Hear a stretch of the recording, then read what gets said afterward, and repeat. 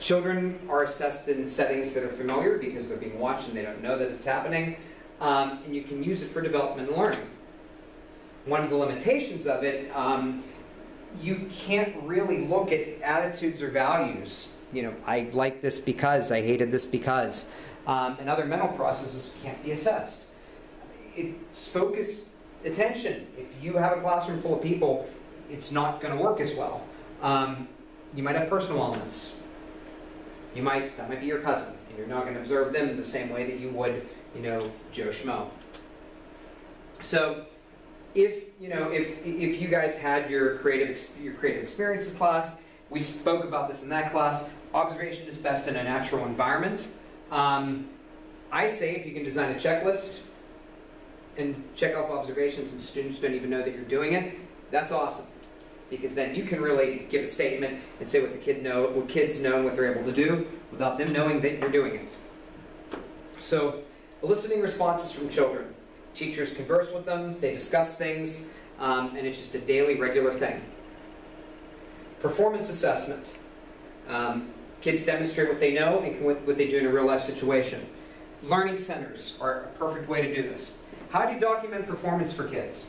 Here are my advices. Tape recorders. If they're doing a reading lesson, sit them back one-on-one. If you have the personnel to do that, have them read and record it. Video it.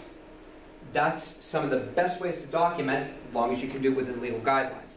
As observers going into a school, you can't do it, but as a teacher, you can do it. So, dynamic assessment is really using zone of proximal development, going around to kids, watching what they can do, giving them help. The teacher has to change the observation tasks. If a child can do something and if they can't, then they gotta make it easier. So that's dynamic assessment. So sometimes you can interview kids. This is related to work samples. Ask a child why they did it and they have to explain it. And you're assessing the child based on their ability to explain something. Pretty easy, pretty simple.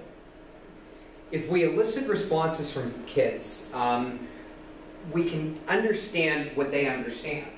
They can clarify if there's something that they're trying to explain and maybe they just don't know the terminology. For children that read and write, sometimes you can do this through informal classroom tests, and that can be directly linked to classroom activities. If a child doesn't respond, you don't know if they couldn't respond, only that they didn't at that given time. Responses could reflect social factors, could reflect the macro system, meso system that the child experiences. You have to see if you are effectively eliciting responses from kids so that they don't feel threatened by it. Work samples are the best. There's one thing you can do to observe a child, it's work samples, and assess them on it. This lets you know what the child is capable of doing. The problem is conditions of work, not conditions of sample. What the child is able to do might be better than what another child is able to do, but it might be behind another one. But it's a tangible thing that says this is what the child is capable of doing. So work products. Collect them in classroom activities, store them, keep them, give them to the parents. They'll love you for it. You can collect and compare them over time. You can design individualized portfolios for some of your kids. Sometimes products don't come out of learning. Children have unique products, and that makes it difficult to get a sense of what classroom needs are. If there's an overemphasis of assessment on products, it can shift the focus from process to product, and it's difficult to know which and how many examples to save. You have to be very selective in the work samples that you choose. If there's too many work products, it can create difficulties in assessment. One of the best things you can do is ask children to save products that they like and use those for assessment if you're looking at work samples, because it lets the child showcase the stuff that they like and it shows you what they thought they did the best on. So portfolios for this class is not something on the job market. This is student work samples. Do this. Collect work samples from kids. It will help you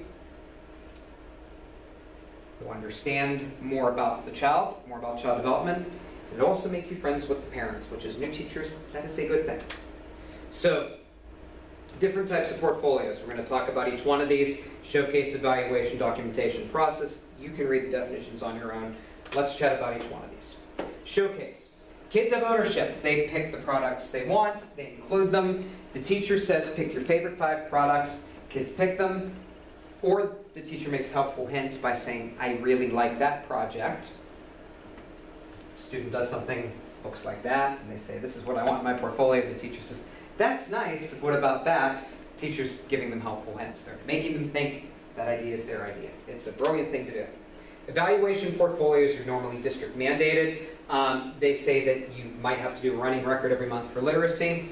You score it, and you use it for future evaluations. Those are normally district or building mandated. Documentation. We're looking at sampling of the child over a particular year, their work and their progress.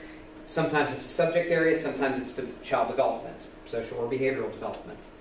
If you're working with a child who might end up with an IEP, documentation portfolios tend to be what's used. So, process portfolios.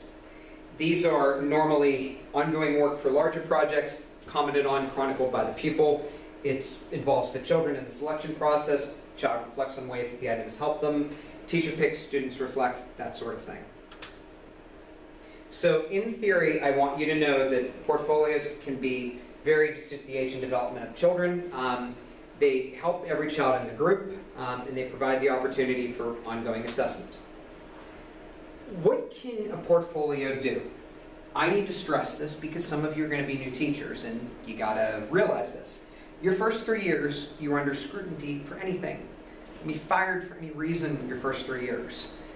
If you keep a portfolio of what you did over the year, and you reflect on it, and you say, this is what my students were able to do, you're going to protect your job. And that's important. If you've got to meet with parents, you have work samples and you can show them. And that can give you the opportunity for student growth. And that's what's important, and you can grow as a teacher too. So I want you to think about the difference between the two of them. You'll have one that you use to go on the job market. That's your teaching portfolio. Student portfolio is work that is advanced to teachers each year and continuously added. Your portfolio is reflective of your 4 years of work and work samples of when you were a student. So portfolios have to be developmentally appropriate in reading and writing. Some students are going to have different work samples than others. With this stuff, you need to see progress more than anything else. The student was here, they were reading at a 1.6 when they came into 3rd grade, now they're at a 2.8 at the end. They improved by 0.2 extra of a grade level, but they improved, so that's a good thing, but they could improve more. So that's it. These are my big ideas from 102.